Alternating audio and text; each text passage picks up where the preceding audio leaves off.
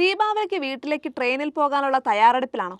എങ്കിൽ ഈ മാറ്റം ശ്രദ്ധിക്കാതെ പോകരുത്. ഒക്ടോബർ 1-ന് പുതിയ ട്രെയിൻ ടിക്കറ്റ് ബുക്കിംഗ് നിയമം നടപ്പാക്കും. പുതിയ നിയമം അനുസരിച്ച് ആധാർ പരിശോധനയ്ക്ക് വിധേയരായവർക്ക് മാത്രമേ റിസർവേഷൻ ആരംഭിച്ചതിനു ശേഷമുള്ള ആദ്യത്തെ 15 മിനിറ്റിനുള്ളിൽ ഓൺലൈനായി ടിക്കറ്റ് ബുക്ക് ചെയ്യാൻ കഴിയൂ. തത്കാൽ ടിക്കറ്റുകൾക്ക് മാത്രമായിരുന്നു നിലവിൽ ഈ നിയമം ബാധകമായിരുന്നത്. ഇനി ഇത് ജനറൽ റിസർവേഷൻ ടിക്കറ്റുകൾക്കും ബാധകമാകും. ട്രെയിൻ ടിക്കറ്റ് ബുക്കിംഗുകളിലെ തട്ടിപ്പ് തടയുന്നതിനായാണ് ഇന്ത്യൻ റെയിൽവേ ഈ പ്രധാന തീരുമാനമെടുത്തത്. അതിന്റെ ഭാഗമായാണ് ഒക്ടോബർ 1 മുതൽ നിയമങ്ങളിൽ മാറ്റം വരുത്തുന്നത്.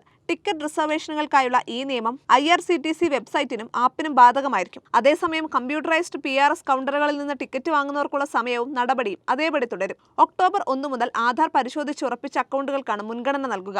ആദ്യത്തെ 15 മിനിറ്റിനുള്ളിൽ പരിശോധിച്ചുറപ്പിച്ച ആധാർ അക്കൗണ്ടുകൾ ഉള്ളവർ ഒഴികെ മറ്റാർക്കും ബുക്കിംഗ് അനുവദിക്കില്ല. തുടക്കത്തിൽ ആധാർ അംഗീകൃത ഉപയോക്താക്കൾക്ക് ഓൺലൈൻ ബുക്കിംഗുകൾ പരിമിതപ്പെടുത്തുന്നതിലൂടെ ടിക്കറ്റ് അലോക്കേഷനിൽ സുതാര്യത കൊണ്ടുവരാനും മൊത്ത ബുക്കിംഗ് കുറയ്ക്കാനും ഇന്ത്യൻ റെയിൽവേ ലക്ഷ്യമിടുന്നു.